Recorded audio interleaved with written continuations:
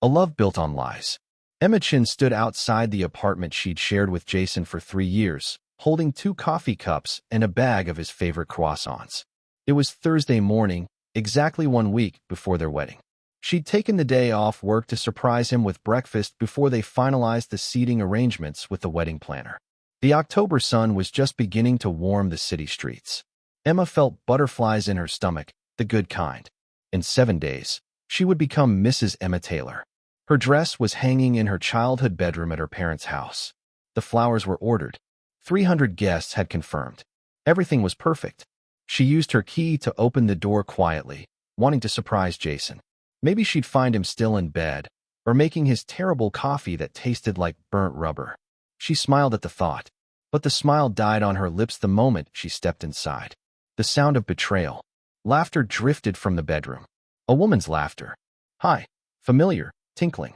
Emma's hand froze on the doorknob. She knew that laugh. She'd heard it 1,000 times over 10 years of friendship. Melissa. Her best friend. Her maid of honor.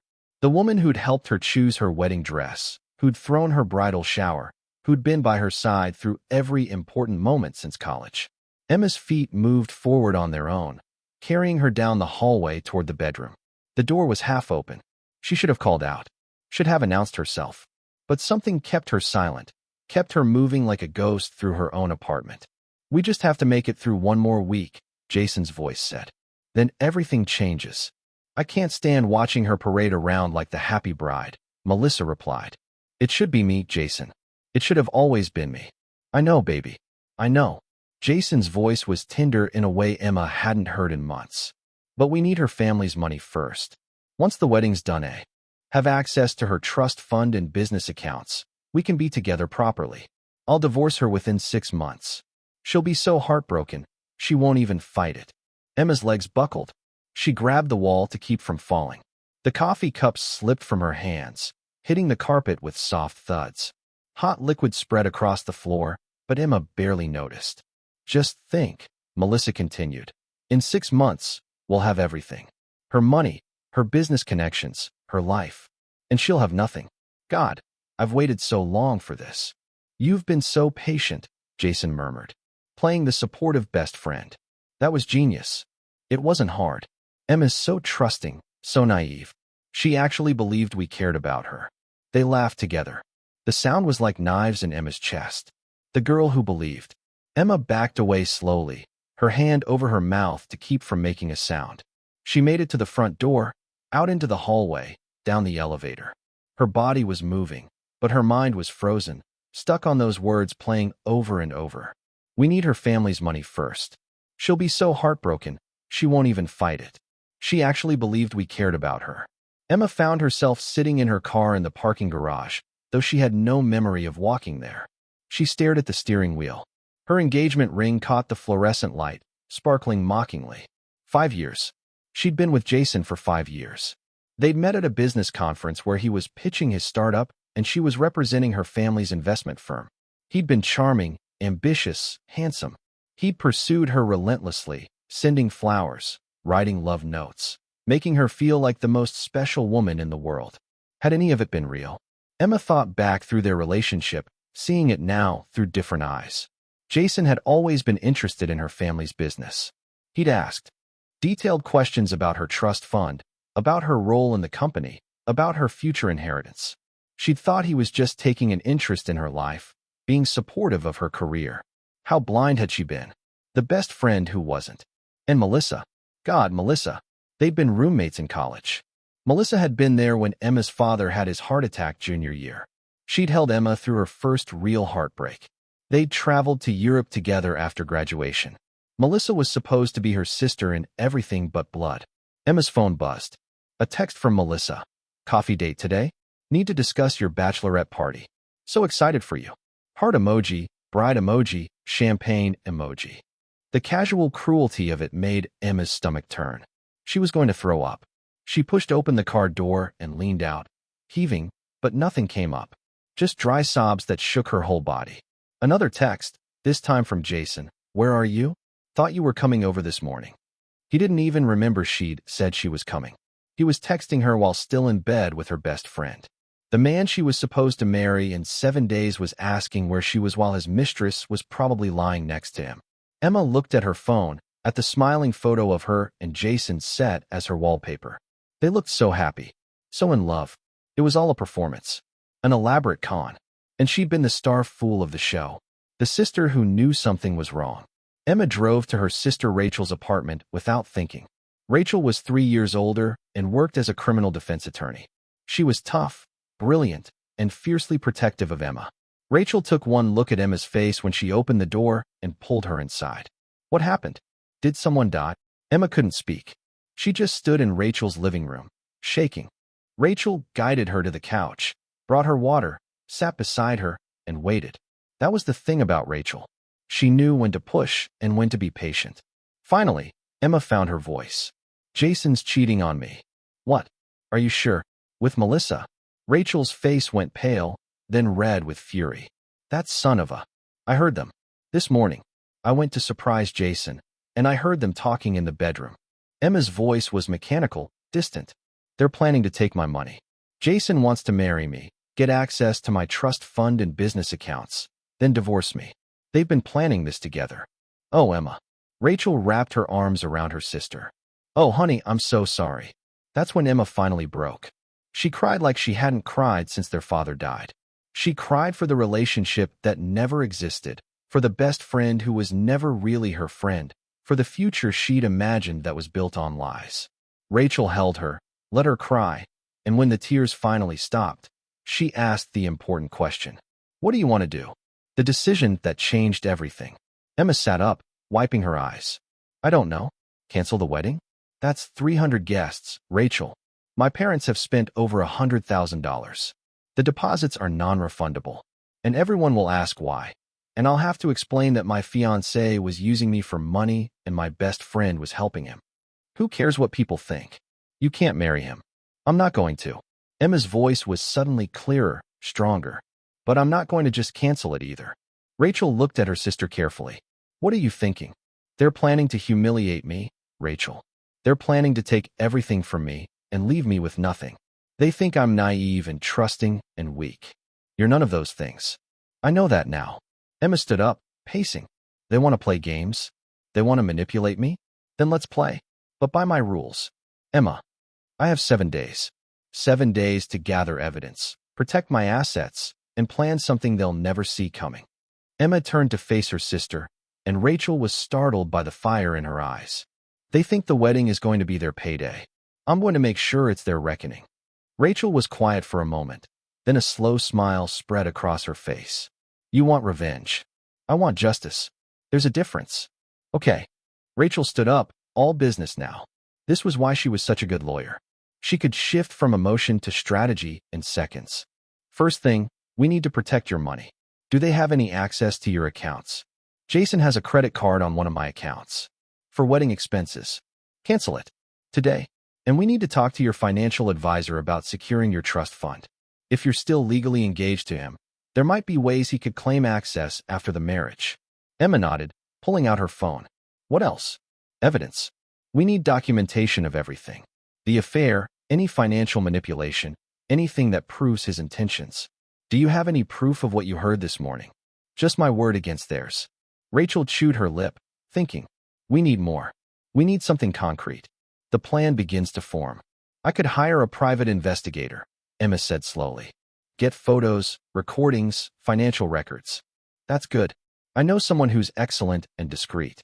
Rachel was already scrolling through her phone. But Emma, are you sure about this? Revenge is messy. It's painful.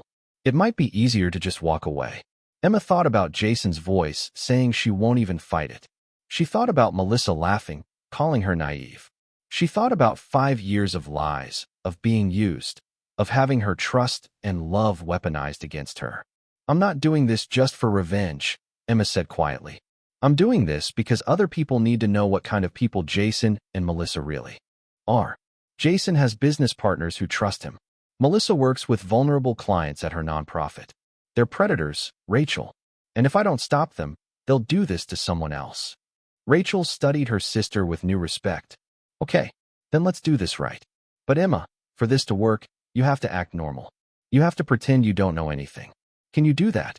Could she? Could Emma look Jason in the eyes and smile while knowing he was planning to destroy her? Could she hug Melissa and talk about bridesmaid dresses while knowing she'd betrayed her in the worst possible way? Emma thought about the girl she'd been this morning. Happy, trusting, naive Emma who believed in love and friendship and happy endings. That girl was gone, shattered on the bedroom floor of an apartment she'd never returned to. The woman standing here now was someone different. Someone harder. Someone who understood that sometimes you had to fight fire with fire. Yes, Emma said firmly. I can do that. Facing the enemy. Emma's phone buzzed again. Jason was calling now. Rachel squeezed her hand. You've got this. Emma took a deep breath and answered, making her voice bright. Hey, sorry, I'm at Rachel's. I brought breakfast to your place, but you weren't there, so I figured I'd visit my sister. Oh, yeah, I had an early meeting. The lie came so smoothly. I forgot you were coming over. No problem. Should we reschedule the meeting with the wedding planner? Actually, can Melissa go with you instead? I've got back-to-back meetings all day. Of course he wanted Melissa to go. They probably needed to coordinate their stories. Sure, that's perfect, actually. We can make it a girls' afternoon. You're the best, Em. This is why I love you. I love you. The words that used to make her heart sore now made her skin crawl. Love you too. See you tonight. Definitely. I'll cook dinner. Your favorite. Another lie. Jason couldn't cook to save his life. He'd probably order takeout and pretend he made it, like he'd done a dozen times before. How had she never noticed? Emma hung up and looked at Rachel. I have to meet Melissa this afternoon. For the wedding planner meeting. Can you handle that? Emma thought about Melissa's text, so full of fake excitement and emoji hearts. She thought about 10 years of friendship that had been nothing but a long con. I can handle it, Emma said. And she meant it. The transformation. Rachel made the call to the private investigator while Emma sat on the couch, planning her next moves. She needed to be smart about this. Strategic. She couldn't let emotion cloud her judgment.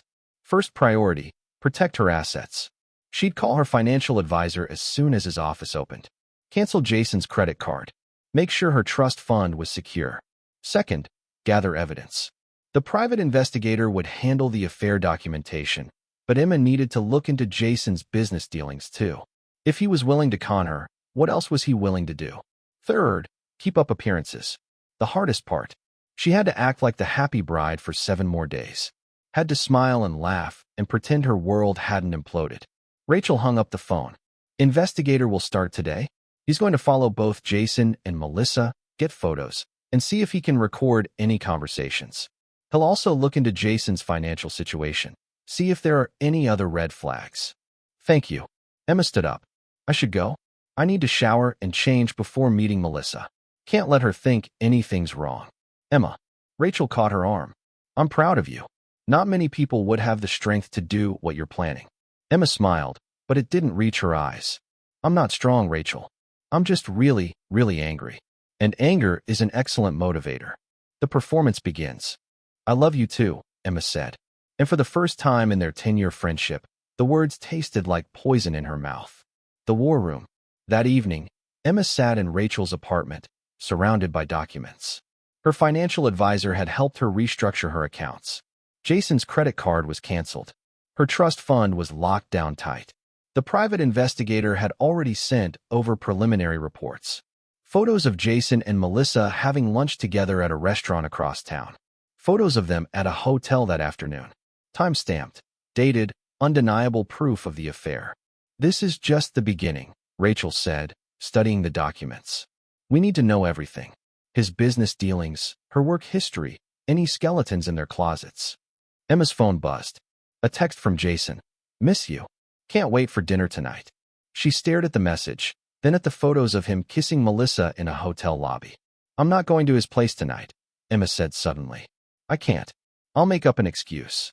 Good idea. You need time to process this, to prepare. Emma typed back. Actually, feeling really overwhelmed with wedding prep. Going to stay at my parents' tonight. Get some rest. Rain check. Jason's response came quickly. Of course, baby. Get some sleep. Love you. Baby. He probably called Melissa the same thing. Emma set her phone down and looked at Rachel. I need you to promise me something. Anything. No matter what happens, no matter how hard this gets, don't let me back down. Don't let me forgive them or make excuses or chicken out. Promise me. Rachel took her sister's hands in hers. I promise. We're going to see this through to the end. Together. Emma nodded, feeling something settle in her chest. Not peace. Not happiness. But purpose. Determination. Strength she didn't know she had. Jason and Melissa thought they were going to destroy her. They thought they'd broken her into pieces she'd never put back together. They were wrong. Comment below which city you're watching from. Don't forget to like and subscribe to Twisted Heartstrings for Part 2. F2 Part 2. The Perfect Plan. Gathering the Pieces. The next morning, Emma woke up in her childhood bedroom at her parents' house. For a moment, she forgot everything that had happened. Then reality crashed back like a wave, and she remembered Jason, Melissa, the betrayal, the lies. But today, she didn't cry. Today, she got up, showered, and prepared for battle. Her phone showed 12 missed messages. 7 from Jason, asking why she hadn't come home last night. 3 from Melissa, checking if everything was okay. 2 from the wedding planner, confirming appointments. Emma responded to each one with cheerful, normal messages. Yes, she was fine. Just needed to spend time with her mom before the big day. So excited. Can't wait. All lies, but necessary ones. The private investigator, a man named Thomas Burke, had requested a meeting. Emma drove to his office downtown, checking her mirrors constantly to make sure neither Jason nor Melissa was following her. Thomas was in his 50s, with gray hair and sharp eyes that missed nothing. His office walls were covered with certificates and commendations. Rachel had chosen well. Ms. Chun, he greeted her, gesturing to a chair. I have some preliminary findings that I think you'll want to see. He spread photographs across his desk like playing cards. Each one was a knife to Emma's heart, but she forced herself to look at every single image. Jason and Melissa at various restaurants, holding hands, kissing, entering hotels together. The dates went back months. Some were from times when Jason had told Emma he was working late or traveling for business. How long? Emma asked, her voice steady despite the pain. How long has this been going on? Based on credit card records and witness statements, at least 8 months, Thomas said gently. Possibly longer. 8 months. Almost their entire engagement period. Emma had said yes to Jason's proposal 10 months ago, on a beach in Hawaii during what she'd thought was the most romantic weekend of her life. Had he already been planning this with Melissa even then? The financial trail. There's more. Thomas continued, pulling out another folder. I looked into Jason Taylor's business dealings like you requested. Miss Chun, I'm afraid what I found is concerning. He showed her bank statements, emails, financial records. Jason's startup company, which he'd always claimed was struggling but promising, was actually drowning in debt. He owed money to multiple investors, had taken out loans he couldn't repay, and was facing potential lawsuits. He's essentially bankrupt, Thomas explained. His company is about to collapse. He's been hiding this from everyone, including his business partners. Emma felt cold.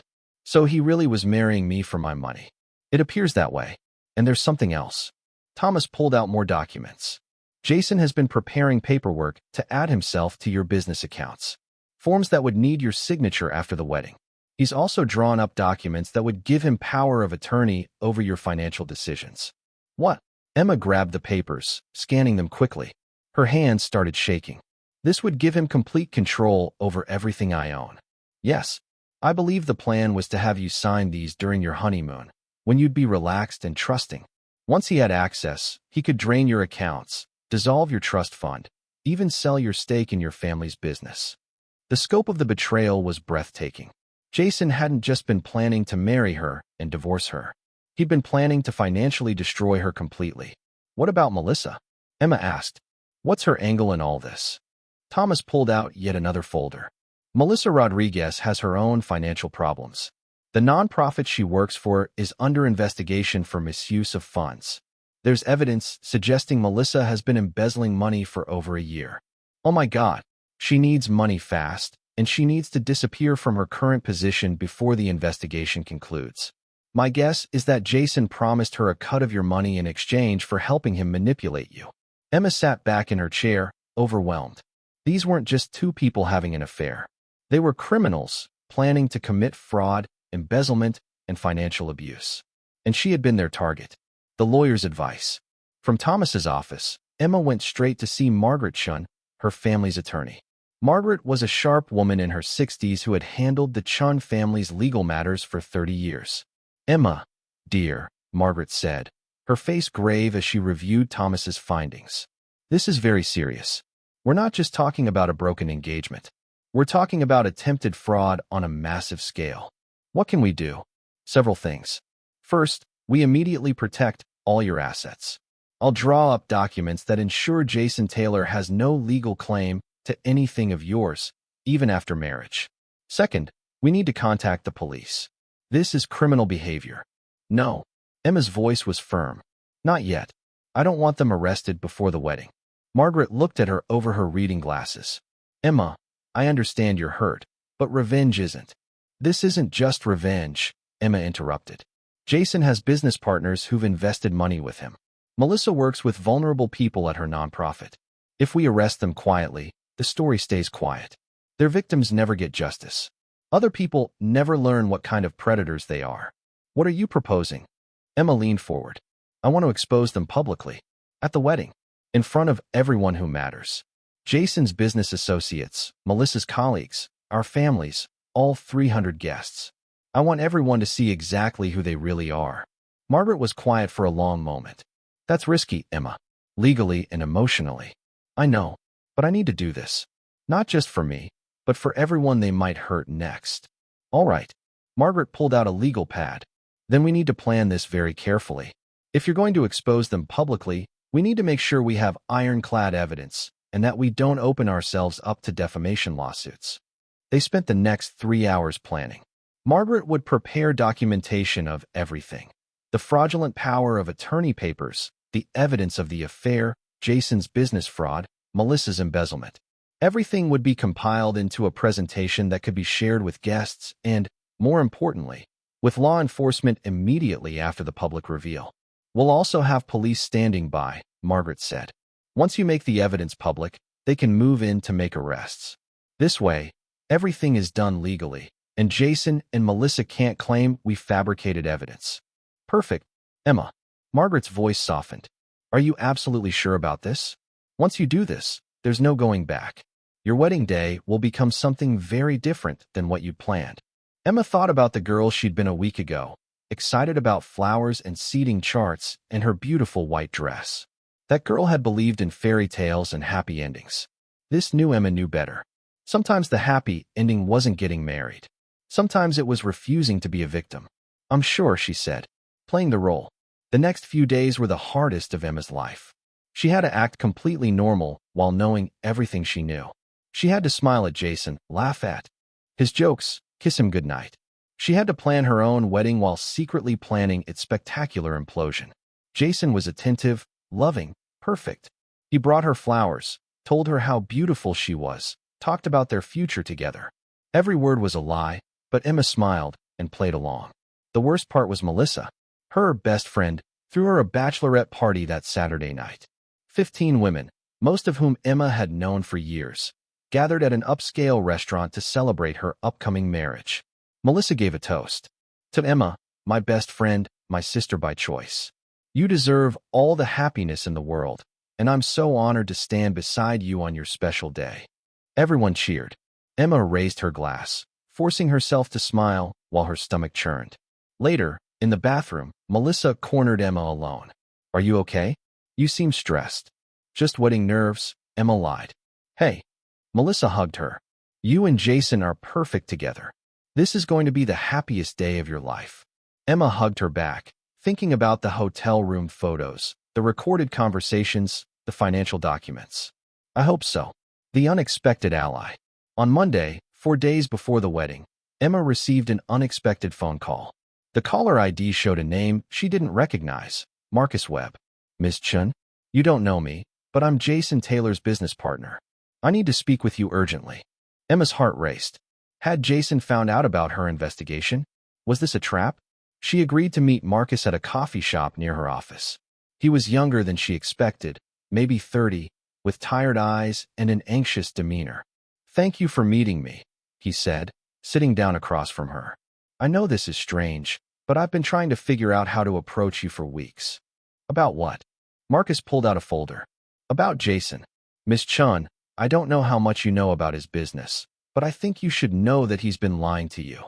Emma's pulse quickened, but she kept her face neutral. What do you mean? Our company is failing. Badly. Jason has been hiding it from investors, from creditors, from everyone. He's committed fraud, falsified financial records, and I have evidence that he's been planning to steal from you after you're married. Emma stared at him. Why are you telling me this? Because I can't let an innocent person get hurt. Marcus looked genuinely distressed. I got into business with Jason because I believed in his vision. But over the past year, I've watched him become someone I don't recognize. He talks about you like you're a bank account, not a person. And when I confronted him about it, he threatened to destroy my career if I said anything. Do you have proof? Marcus slid the folder across the table. Inside were emails, financial statements, and recorded conversations. Evidence of Jason's business fraud, but also evidence of his plans to manipulate Emma. Why now? Emma asked. The wedding is in 4 days. Because I just found out Jason's planning to dissolve the company right after your honeymoon and disappear with all the remaining assets. Assets that include money I invested, money from a dozen other people who trusted us. He's going to destroy all of us, and I realized I couldn't stay silent anymore. Emma looked at Marcus carefully. He seemed genuine, and the evidence he'd brought matched what Thomas had found. But could she trust him? Mr. Webb, what if I told you I already know everything you're telling me? His eyes widened. You know? I've known for days. About the affair with Melissa, about the business fraud, about his plans to steal from me. I've been investigating him. Oh, thank God. Marcus slumped in his chair, relief flooding his face. I was terrified you'd go through with the wedding and he'd destroy your life. I'm not going through with the wedding. Not in the way he thinks, anyway. Emma made a decision.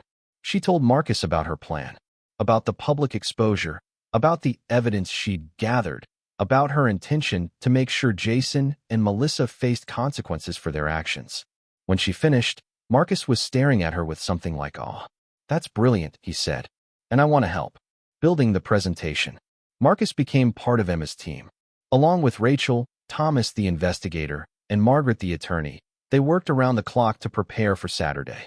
They compiled everything into a video presentation. Photos of Jason and Melissa together, time-stamped and undeniable. Financial records showing Jason's fraud. Documents proving his plans to steal Emma's money. Evidence of Melissa's embezzlement. Recorded conversations where they discussed their scheme.